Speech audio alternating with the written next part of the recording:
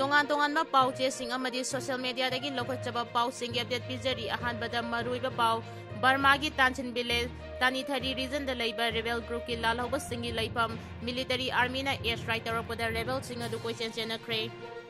ꯀꯥꯔꯦꯟ ꯁ꯭ꯇꯦꯠꯀꯤ ꯄ꯭ꯔꯖꯥꯁꯤꯡ ꯄꯨꯝꯅꯃꯛ ꯃꯤꯂꯤꯇꯔꯤ ꯖꯨꯟꯇꯥ ꯑꯥꯔꯃꯤꯅ ꯑꯦꯌꯔ ꯁ꯭ꯇ꯭ꯔꯥꯏꯛ ꯇꯧꯔꯒ ꯇꯛꯊꯣꯔꯛꯄꯗꯒꯤ ꯀꯥꯔꯦꯟ ꯄꯤꯄꯜꯁꯤꯡ ꯅꯨꯡꯄꯥꯛ ꯑꯃꯒꯤ ꯃꯈꯥꯗ ꯚꯣꯝꯅ ꯄꯥꯟꯅꯅꯕ ꯂꯣꯠꯅꯈ꯭ꯔꯦ꯫ ꯇꯣꯟ ꯚꯤꯂꯦꯖ ꯂꯤꯡꯒꯤ ꯇꯥꯎꯟꯁꯤꯞꯇ ꯃꯤꯂꯤꯇꯔꯤ ꯑꯥꯔꯃꯤꯅ ꯂꯥꯟꯗꯥꯔꯛꯄꯗꯒꯤ ꯋꯣꯝꯄꯣꯡ ꯀꯝꯄꯅꯤꯗ ꯊꯕꯛ ꯇꯧꯔꯒ ꯂꯩꯕ ꯆꯤꯟ ꯕꯔꯃꯤꯁ ꯔꯤꯐ꯭ꯌꯨꯖꯤꯁꯤꯡ ꯂꯥꯟꯖꯦꯟꯅꯔꯛꯈ꯭ꯔꯦ꯫ ꯊꯤꯄꯥꯎ ꯁꯤꯇꯤ ꯅꯣꯔꯗꯔꯟ ꯁꯥꯟ ꯁ꯭ꯇꯦꯠꯀꯤ ꯂꯥꯟꯐꯝꯗ ꯇꯤ.ꯑꯦꯟ.ꯑꯦꯜ.ꯑꯦꯒꯤ ꯂꯥꯜꯍꯧꯕ ꯌꯥꯝꯅ ꯁꯤꯈ꯭ꯔꯦ꯫ ꯄꯨꯂꯤꯁ ꯁꯥꯔꯒ ꯂꯒꯥꯎ ꯐꯥꯔꯝꯕ ꯑꯅꯤ ꯂꯧꯈꯠꯈ꯭ꯔꯦ꯫ ꯂꯧꯈꯠꯂꯕ ꯃꯤꯑꯣꯏ ꯑꯗꯨꯒꯤ ꯃꯃꯤꯡꯅ ꯑꯦꯝ.ꯗꯤ. ꯑꯅꯤꯁ ꯏꯛꯋꯥꯜ ꯏꯝꯐꯥꯜ ꯏꯁ ꯗꯤꯁꯇ꯭ꯔꯤꯛꯀꯤ ꯅ꯭ꯌꯨ ꯂꯝꯕꯨꯂꯦꯟꯁ ꯔꯤꯚꯔ ꯕꯦꯡꯛ ꯃꯅꯥꯛꯇꯒꯤꯅꯤ ꯑꯃꯗꯤ ꯑꯦꯝ.ꯗꯤ. ꯑꯃꯤꯔ ꯔꯍꯃꯟ ꯏꯝꯐꯥꯜ ꯏꯁ ꯗꯤꯁꯇ꯭ꯔꯤꯛꯀꯤ ꯍꯥꯇꯥꯃꯅꯥ ꯏꯪꯈꯣꯜꯗꯒꯤꯅꯤ ꯍꯥꯏꯔꯤ꯫ ꯉꯔꯥꯡ ꯏꯝꯐꯥꯜ ꯋꯦꯁ ꯗꯤ.ꯁꯤ. ꯃꯅꯤꯡꯗ ꯒꯥꯔꯤ ꯑꯆꯧꯕ ꯑꯃꯒ ꯊꯣꯝꯅꯕꯗ ꯃꯧ ꯅꯍꯥ ꯑꯃꯒ ꯑꯉꯥꯡ ꯑꯃꯒ ꯁꯣꯛꯂꯦ ꯍꯥꯏꯔꯤ꯫ ꯑꯁꯣꯛꯄ ꯑꯗꯨ ꯔꯤꯝꯁ ꯍꯣꯁꯄꯤꯇꯥꯜꯗ ꯄꯨꯈꯠꯈ꯭ꯔꯦ ꯍꯥꯏꯔꯤ꯫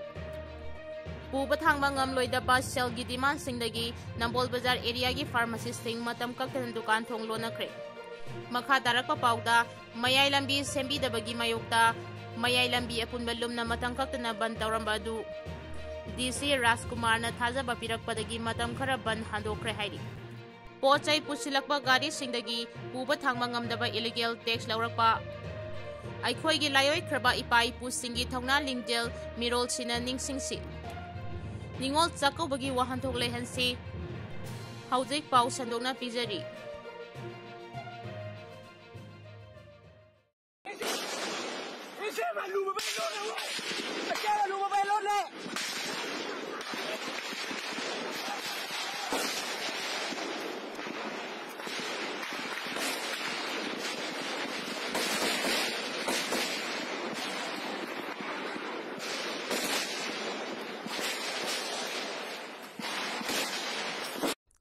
ꯄꯣꯠꯆꯩ ꯄꯨꯁꯤꯜꯂꯛꯄ ꯒꯥꯔꯤꯁꯤꯡꯗꯒꯤ ꯄꯨꯕ ꯊꯥꯡꯕ ꯉꯝꯗꯕ ꯏꯂꯤꯒꯦꯜ ꯇꯦꯛꯁ ꯂꯧꯔꯛꯄ ꯂꯥꯜꯍꯧꯂꯨꯞ NSCN-IM ꯑꯃꯁꯨꯡ ꯗꯤꯃꯥꯄꯨꯔꯗ ꯂꯂꯣꯟꯗꯨꯅ ꯂꯩꯔꯤꯕꯁꯤꯡꯅ ꯁꯤꯟꯗꯤꯀꯦꯠ ꯁꯦꯝꯂꯤꯕꯁꯤꯡꯗꯒꯤ ꯏꯝꯐꯥꯜꯗ ꯈꯥꯃꯦꯟ ꯑꯁꯤꯟꯕ ꯄꯨꯁꯤꯟꯕꯒꯤ ꯒꯥꯔꯤ ꯈꯨꯗꯤꯡꯃꯛꯅ ꯗꯤꯃꯥꯄꯨꯔꯗ ꯂꯂꯣꯟꯗꯨꯅ ꯁꯤꯟꯗꯤꯀꯦꯠ ꯁꯦꯝꯂꯤꯕꯁꯤꯡꯗꯒꯤ ꯄꯨꯕ ꯊꯥꯡꯕ ꯉꯝꯗꯕ ꯁꯦꯟꯐꯝ ꯂꯧꯒꯅꯤ ꯍꯥꯏꯅ ꯑꯀꯤ ꯑꯈꯪ ꯄꯤꯔꯤꯕ ꯑꯁꯤ ꯂꯥꯏꯕꯛ ꯊꯤꯕꯅꯤ꯫ ꯃꯁꯤꯅ ꯃꯔꯝ ꯑꯣꯏꯔꯒ ꯅꯥꯒꯥꯂꯦꯟ ꯑꯃꯁꯨꯡ ꯃꯅꯤꯄꯨꯔꯒꯤ ꯃꯤꯌꯥꯝꯅ ꯆꯍꯤ ꯀꯌꯥꯗꯒꯤ ꯑꯐꯕ ꯃꯔꯤ ꯂꯩꯅꯔꯛꯈꯤꯕ ꯑꯗꯨ ꯂꯝꯈꯥꯡꯗ ꯇꯠꯍꯟꯈꯤꯅꯕꯒꯤ ꯃꯔꯝ ꯑꯣꯏꯔꯛꯂꯤꯕꯁꯤ ꯂꯥꯏꯕꯛ ꯊꯤꯕꯅꯤ꯫ ꯑꯀꯤ ꯑꯈꯪ ꯄꯤꯔꯛꯂꯤꯕ ꯃꯤꯑꯣꯏꯁꯤꯡ ꯑꯁꯤꯒꯤ ꯃꯊꯛꯇ ꯃꯔꯤ ꯂꯩꯅꯕꯁꯤꯡꯅ ꯃꯤꯠꯌꯦꯡ ꯆꯪꯕꯤꯌꯨ ꯍꯥꯏꯅ all Manipur vegetable wholesaler association ꯑꯦꯛꯀꯤ ꯚꯥꯏꯁ ꯄ꯭ꯔꯁꯤꯗꯦꯟꯠ ꯑꯦꯜ. ꯔꯥꯃꯦꯁ ꯃꯤꯇꯩꯅ ꯑꯄꯤꯜ ꯇꯧꯔꯛꯂꯤ꯫ ꯑꯦꯁꯣꯁꯤꯌꯦꯁꯟ ꯑꯁꯤꯅ ꯑꯣꯛꯇꯣꯕꯔ 14ꯗ ꯃꯅꯤꯄꯨꯔ ꯄ꯭ꯔꯦꯁ ꯀ꯭ꯂꯕꯇ ꯄꯥꯡꯊꯣꯛꯈꯤꯕ ꯄꯥꯎꯒꯤ ꯃꯤꯐꯝꯗ ꯑꯦꯜ. ꯔꯥꯃꯦꯁꯅ ꯍꯥꯏ ꯍꯧꯖꯤꯛ ꯃꯅꯤꯄꯨꯔꯗ ꯃꯄꯥꯟꯗꯒꯤ ꯄꯨꯁꯤꯜꯂꯛꯅꯕ ꯈꯥꯃꯦꯟ ꯑꯁꯤꯟꯕ ꯑꯁꯤ ꯃꯃꯥꯡꯗꯒꯤ ꯑꯁꯥꯝ, ꯗꯤꯃꯥꯄꯨꯔ, ꯈꯥꯔꯨꯄꯦꯁꯤꯌꯥ ꯍꯥꯏꯔꯤꯕ ꯃꯐꯝꯁꯤꯡ ꯑꯁꯤꯗꯒꯤ ꯃꯇꯝꯒꯤ ꯑꯣꯏꯅ ꯑꯍꯣꯡꯕ ꯃꯃꯜꯗ ꯗꯤꯂꯔꯁꯤꯡꯒ ꯌꯥꯅꯕ ꯃꯃꯜꯗ ꯂꯧꯗꯨꯅ ꯄꯨꯔꯛꯈꯤꯕꯅꯤ꯫ ꯑꯗꯨꯕꯨ ꯏꯈꯪ ꯈꯪꯍꯧꯗꯅ ꯑꯦꯁꯣꯁꯤꯌꯦꯁꯟ ꯑꯃꯗꯤ ꯍꯣꯜꯁꯦꯂꯔ ꯇꯧꯅꯔꯤꯕꯁꯤꯡꯅ ꯄꯥꯎ ꯑꯃꯠꯇ ꯈꯪꯍꯟꯕ ꯇꯧꯗꯅ ꯃꯤꯑꯣꯏ ꯈꯔꯒ ꯃꯥꯟꯅꯔꯒ ꯗꯤꯃꯥꯄꯨꯔꯗ ꯁꯤꯟꯗꯤꯀꯦꯠ ꯑꯃ ꯁꯦꯝꯖꯤꯜꯂꯒ NSCN-IM ꯚꯦꯖꯤꯇꯦꯕꯜ ꯏꯟꯆꯥꯔꯖ ꯁꯤꯀꯥꯍꯣ ꯑꯆꯨꯃꯤ ꯚꯦꯖꯤꯇꯦꯕꯜ ꯇꯦꯛꯁ ꯏꯟꯆꯥꯔꯖꯀ ꯃꯥꯟꯅꯔꯒ ꯊꯥ ꯑꯁꯤꯒꯤ 7ꯗꯒꯤ ꯏꯝꯐꯥꯜꯗ ꯄꯨꯔꯛꯄ ꯈꯥꯃꯦꯟ ꯑꯁꯤꯟꯕ ꯒꯥꯔꯤꯁꯤꯡ ꯐꯥꯖꯤꯟꯗꯨꯅ ꯊꯝꯂꯕ ꯃꯇꯨꯡꯗ ꯈꯥꯃꯦꯟ ꯑꯁꯤꯟꯕ ꯄꯨꯕ ꯒꯥꯔꯤ ꯈꯨꯗꯤꯡꯃꯛ ꯗꯤꯃꯥꯄꯨꯔꯗ ꯂꯂꯣꯜꯂꯤꯕ ꯁꯤꯟꯗꯤꯀꯦꯠ ꯑꯁꯤꯗꯒꯤ ꯂꯧꯒꯗꯕꯅꯤ ꯍꯥꯏꯅ ꯑꯀꯤ ꯑꯈꯪ ꯄꯤꯔꯦ ꯍꯥꯏꯕꯁꯤꯅꯤ꯫ ꯀꯔꯤꯒꯨꯝꯕ ꯁꯤꯟꯗꯤꯀꯦꯠꯇꯒꯤ ꯂꯧꯗ꯭ꯔꯕꯗꯤ ꯑꯔꯥꯛꯄ ꯒꯥꯔꯤ ꯈꯨꯗꯤꯡꯃꯛ ꯐꯥꯔꯒ ꯊꯝꯕ ꯑꯃꯗꯤ ꯄꯨꯕ ꯊꯥꯡꯕ ꯉꯝꯂꯣꯏꯗꯕ ꯁꯦꯜꯒꯤ ꯗꯤꯃꯥꯟ ꯇꯧꯔꯦ꯫ ꯒꯥꯔꯤ ꯑꯃꯗ ꯌꯥꯝꯂꯕ ꯁꯦꯟꯐꯝ ꯂꯨꯄꯥ ꯂꯥꯈ 2.5 ꯍꯧꯔꯒ ꯂꯥꯈ 1 ꯐꯥꯎꯕ ꯄꯤꯔꯕꯗꯤ ꯐꯥꯖꯤꯜꯂꯨꯕ ꯒꯥꯔꯤꯁꯤꯡ ꯊꯥꯗꯣꯛꯀꯅꯤ꯫ ꯒꯥꯔꯤ ꯑꯃꯠꯇꯅ ꯃꯅꯤꯄꯨꯔꯗ ꯈꯥꯃꯦꯟ ꯑꯁꯤꯟꯕ ꯄꯨꯁꯤꯟꯕ ꯌꯥꯔꯣꯏ ꯍꯥꯏꯕꯒꯤ ꯑꯊꯤꯡꯕ ꯊꯝꯂꯤꯕ ꯑꯁꯤꯅ ꯃꯔꯝ ꯑꯣꯏꯔꯒ ꯃꯅꯥ-ꯃꯁꯤꯡ ꯄꯨꯁꯤꯜꯂꯛꯄꯗ ꯑꯋꯥꯕ ꯑꯣꯏꯔꯦ ꯍꯥꯏꯔꯤꯕ ꯑꯁꯤꯗ ꯇ꯭ꯔꯛ ꯗ꯭ꯔꯥꯏꯚꯔꯁꯤꯡꯅ ꯗꯤꯃꯥꯄꯨꯔꯗꯒꯤ ꯈꯥꯃꯦꯟ ꯑꯁꯤꯟꯕ ꯑꯃꯗꯤ ꯃꯅꯥ-ꯃꯁꯤꯡ ꯄꯨꯁꯤꯟꯕꯒꯤ ꯊꯕꯛꯁꯤꯡ ꯂꯦꯞꯅꯕꯒꯤ ꯐꯤꯔꯦꯞ ꯂꯧꯐꯝ ꯊꯣꯛꯏ꯫ ꯃꯅꯤꯄꯨꯔꯒꯤ ꯂꯧꯃꯤ ꯃꯤꯌꯥꯝꯅ ꯄꯨꯊꯣꯔꯛꯂꯤꯕ ꯃꯅꯥ-ꯃꯁꯤꯡ ꯂꯩꯔꯒ ꯍꯤꯡꯕ ꯌꯥꯏ꯫ ꯃꯄꯥꯟ ꯂꯝꯗꯒꯤ ꯃꯅꯥ-ꯃꯁꯤꯡ, ꯍꯩ-ꯔꯥ, ꯉꯥ, ꯌꯦꯔꯨꯝꯅꯆꯤꯡꯕ ꯄꯨꯁꯤꯜꯂꯛꯇ꯭ꯔꯕꯗꯤ ꯍꯤꯡꯕ ꯉꯝꯂꯣꯏ ꯍꯥꯏꯕꯒꯤ ꯃꯤꯄꯥꯏꯕ ꯂꯩꯔꯤꯕꯁꯤ ꯊꯥꯗꯣꯛꯇꯨꯅ ꯁꯨꯕ ꯅꯣꯝꯕꯒꯤ ꯍꯩꯅꯕꯤ, ꯋꯥꯔꯛ ꯀꯜꯆꯔ ꯊꯝꯗꯨꯅ ꯅꯣꯡꯃꯒꯤ ꯍꯤꯡꯕꯗ ꯇꯉꯥꯏ ꯐꯗꯅ ꯆꯪꯗ꯭ꯔꯕ ꯌꯥꯗ꯭ꯔꯕ ꯄꯣꯠꯂꯝꯁꯤꯡ ꯃꯔꯥꯡ ꯀꯥꯏꯅ ꯄꯨꯊꯣꯛꯅꯕ ꯍꯣꯠꯅꯒꯗꯕꯅꯤ꯫ ꯆꯤꯟꯖꯥꯛꯇ ꯃꯤꯄꯥꯜ ꯇꯥꯡꯗꯕ ꯂꯝꯗꯝ ꯑꯣꯏꯍꯟꯅꯕ ꯍꯣꯠꯅꯕꯒ ꯂꯣꯏꯅꯅ ꯃꯄꯥꯟ ꯂꯝꯗꯒꯤ ꯃꯅꯥ-ꯃꯁꯤꯡ ꯄꯨꯁꯤꯜꯂꯛꯇꯕ ꯇꯥꯔꯕꯗꯤ ꯍꯤꯡꯕ ꯉꯝꯂꯣꯏ ꯈꯟꯕ ꯇꯥꯔꯕꯗꯤ ꯃꯇꯧ ꯀꯔꯝꯅ ꯆꯤꯟꯖꯥꯛꯇ ꯃꯤꯄꯥꯜ ꯇꯥꯡꯗꯕ ꯂꯝꯗꯝ ꯑꯣꯏꯍꯟꯕ ꯉꯝꯒꯗꯧꯔꯤꯕꯒꯦ ꯍꯥꯏꯕꯁꯤꯅꯤ꯫ ꯃꯄꯥꯟ ꯂꯝꯗꯒꯤ ꯃꯅꯤꯄꯨꯔꯗ ꯄꯨꯁꯤꯜꯂꯛꯈꯤꯕ ꯃꯅꯥ-ꯃꯁꯤꯡ, ꯎꯍꯩ-ꯋꯥꯍꯩꯅꯆꯤꯡꯕꯁꯤꯡ ꯃꯤꯌꯥꯝꯅ ꯇꯥꯡꯅ ꯂꯩꯔꯒ ꯁꯤꯖꯤꯟꯅꯕꯗꯒꯤ ꯁ꯭ꯇꯦꯠ ꯑꯁꯤꯒꯤ ꯁꯦꯜ ꯃꯄꯥꯟ ꯂꯝꯗ ꯂꯣꯏꯅ ꯆꯠꯈꯤꯕꯗꯒꯤ ꯅꯣꯡꯃꯒꯤ ꯂꯥꯏꯔ ꯇꯥꯟꯕꯒꯤ ꯐꯤꯚꯝꯗ ꯂꯩꯔꯛꯈꯤ꯫ ꯃꯅꯤꯄꯨꯔꯒꯤ ꯃꯤꯌꯥꯝꯅ ꯃꯄꯥꯟꯗꯒꯤ ꯃꯅꯥ-ꯃꯁꯤꯡ, ꯎꯍꯩ-ꯋꯥꯍꯩ, ꯌꯦꯔꯨꯝꯅꯆꯤꯡꯕꯁꯤꯡꯗ ꯃꯤꯄꯥꯜ ꯇꯥꯡꯕꯒꯤ ꯍꯩꯅꯕꯤ ꯊꯥꯗꯣꯛꯂꯒ miyam maru aina lawmisingna suba nombagi hainabi leirakani miyamna su mapalamdagi pusilakpa manamasing amata sijinnadnaba phirep adu laurakpa matamda garisingdagi illegal tax lawba mathakta lepkhigani loinana sudana nungaiba pamba manipurgi miyamna mapalamdagi pusilakpa polamsing sijinnadaba tarabadi atopa state singda pothok puthokliba lawmising makokda khut haptuna khangnarakani phibam asi leiraknaba manipurgi surinomliba lawmising khaktanatana miyamna iramdamgi pothokna hingba ngamjanaba honaba mathau tai mapalamda pusilakpa polamsingda makhal kayagi chemical yansinba mamal hengatna lawduna isupagi thabak chathariba amadi pochai pusilakpa gari singdagi puba thangma ngamdaba illegal tax lawba thingnaba honaba mathau tai Yaokhre Koichen ipa ipustingi thongna lingjal mirol sinaningsingsi chahi aniga thamari helaklaba kuki narco terrorist singi miyoibagi hak khongoinaba hingsatana mang tharaga mitai singda letuna chathakiba asti leibak thugainaba landani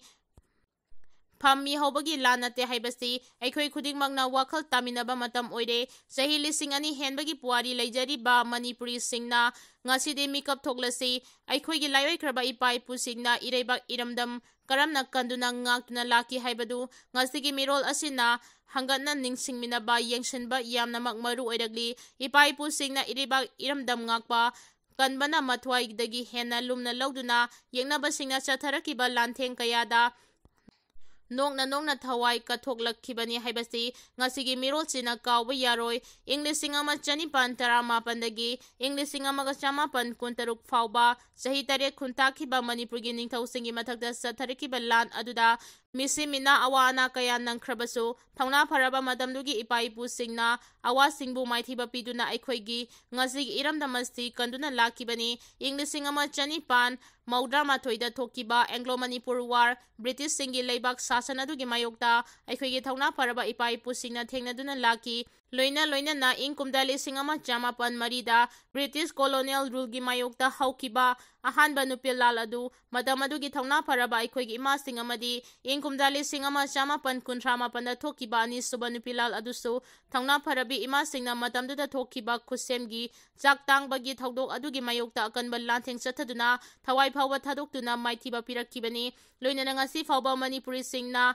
state ki thakta ningsing thoram pangthokuna ningsingbaga loinana thongna pharabi imasangi mafamda ikai khumnaba uli ikuidana thokiba kumda lising ani amadagi June 13 dagi 19 phawba lamdamsigi miyamna Bharat Laingak amasung NSCN-IM anigi marakta chathakiba peace talki marumda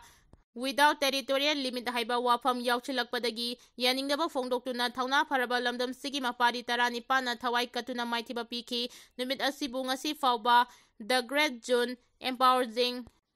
Unity Day haiduna ningsing tawram pangthokuna ikai khumnari Manipurgi haukiba thengkhang kayada iramdama sibu thugainaba chatharakiba tongan ba lalong kayada thongna pharaba Yaokhre ipa ipusing adugi sada nauda oiriba Yaokhre thawaina pontha piduna lakhiba ngaktani haukiba sahi lising ani kulhumdoigi me ahumdagi kuki narco terrorist singna chatharakliba hingsa yauba landa asida miyoi chani yankhai romdi punsi mangkhre miyoi lising hompu henbagi mayum makai amangata thokhankhre tongan ba relief camp singda miyoi lising hompu hena sangdafam lawbada natana miyoi kayama so soinaiduna leiri amadi miyoi kayama na ngasi fawba tongan ba hospital singda ana laing chathari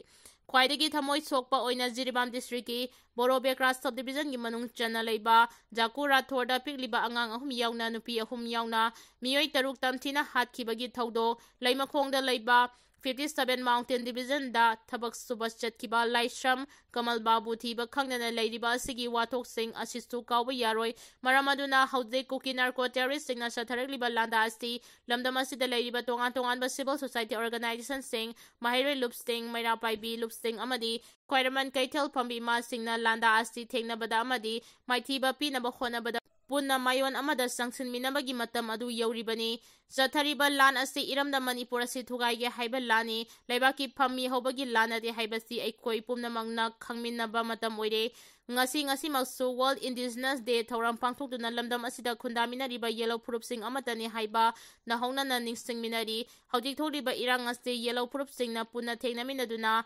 mahausagi tangdu leitaba phibamda hanjilangna ba honabada punna thaudang lawminanabasu warep lauri chahi Chahi aniga tha mari helaglaba lan asi loisinaba honabagi mahuta lengak pairiba BJP gi MLA singi marakta phamunabagi ihauda tukre aduga state asida president ru lengak chathari kuki narco terrorist singi lan asigi maruiba haurakfam Muna thiruba matamda India lenga ki khut chauna yawi haibasti khangpham thoi kuki singna sathariba lana sigi marumda awang nongpok lamdamda maning makha tambagi lalhau sangchiliba lalholup sing namthanaba aronba thaurang ama India lenga na sathari haibasisu chenba yaroidaba wafamni haudik awang nongpok lamdamda leiriba tonga tongamba state singi saruk singdagi machen mase phaktoklaga kuki zo singi oiba jalengam haiba union territory natraga state ama semnabagi Oithoklaroi manglan amagi marumda tongan tonganba mapal leibak singi khut yauna landa asi changchilakpani haibasti ngasidi ipong phongna khangnare maramaduna haudik lamdam asida leiriba CSO sing mahiroi lup sing maira paibi lup sing kaithel pambi ma sing yauna erebak iramdam nungsijaba pumna mangna kukinar ko terrorist singna chatharagli lan asti maithiba pinaba achet papirep ama lominasti haibasti ngasi mangda tariba wafamni leibak ki lusingba singnaso landa asi thengnanaba honabada ngai haki oiba chanaba yaroidaba tongan wafam sing phongdokpagi mahuta phamdagi ireibak iramdam kanbana saruk chama hena fai haibasti matam pumnamakta ningsingba chungani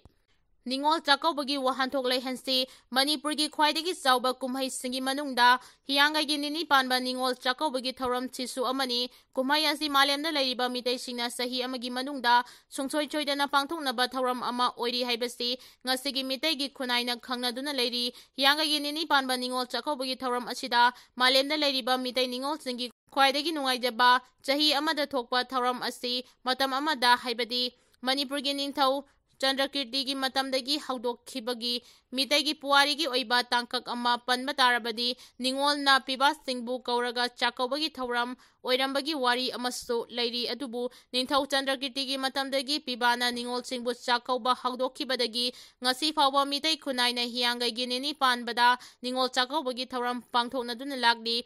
Ningol Chakobagi nunggi oiba wafam nainaba tarabadi mayumakai panduna atopa sagai amada onkraba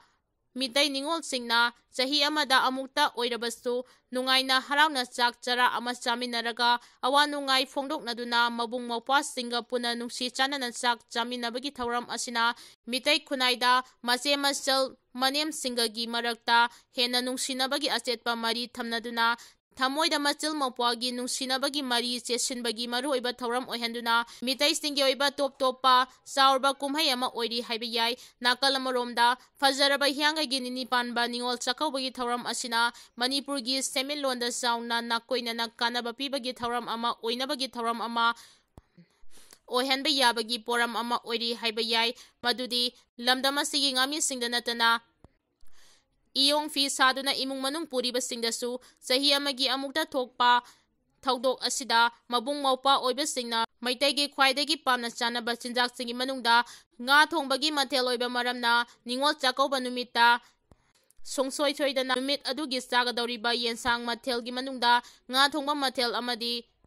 Songsoi Choidana Yaudaba Yadaba Matel Ama Oiba Maramna, Ningol Chakauba Numita Mite Singna Ngagi Matel, Yaurabanina, Songsoi Choidana Mipung Kuding Maglaiba Tarakpana, Ngami Singna Semilonda,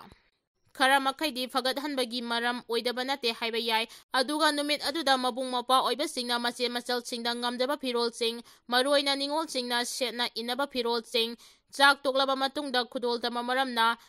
Pirol Sabagi Sinfamda Tabak Toriba Lamdamasigi Miamda Su Karada Oirabasu, Semilon Fagatnabagi Maram Oihalibani, Adubulai Baktibadi, Haukibasai Karagi Mamangdagi, Lamdamasida Sadaba Pirol Sing Mahuta, Mabalamda Saraga Pusilak Pasingamadi, Tongatongan Mamakalgi Mamalyamlam Polam Sing Kayamung Ningol Singda, Ningol Chakawa Numita, Kudol Tambagis Chanabi Lakpadagi, Chahi Amada Manipurgi, Selyam Kayamu Mapalamda Chatamba Haukibas Timakta, Lamdamasigi Oina, Laibak Yamna Tibani Haibayai, Nakalamaromdana Sel Yam Paiba, Mioi Karana Mamal Yamla Yamlaba Mapalamgi Potlam Kayamu, Ningol Chakobagi Kudol Pibagi Chanabi Lairakpadagi, Lairaba Imu Manungi, Mabung Mapasting Ningol Chakoba Lakbada Tamoi Sontarakpa Amadi, Hidana Bangam Laktabadagi Ningol Chakobangam Dabadagi, Mabung Mapasingi Mari, Laptong Nabagi Maramso, Oiraktabanate Maramaduna Manipurgi Mapanda Sel Chathan Kidanaba Hona Baloinana, Mabung Mapagi Mari Laptok, Nahandana Bagidama Manipura Sajaba Pirol Singna Kudol tamduna ningol chakobagi wahanthok lehansi.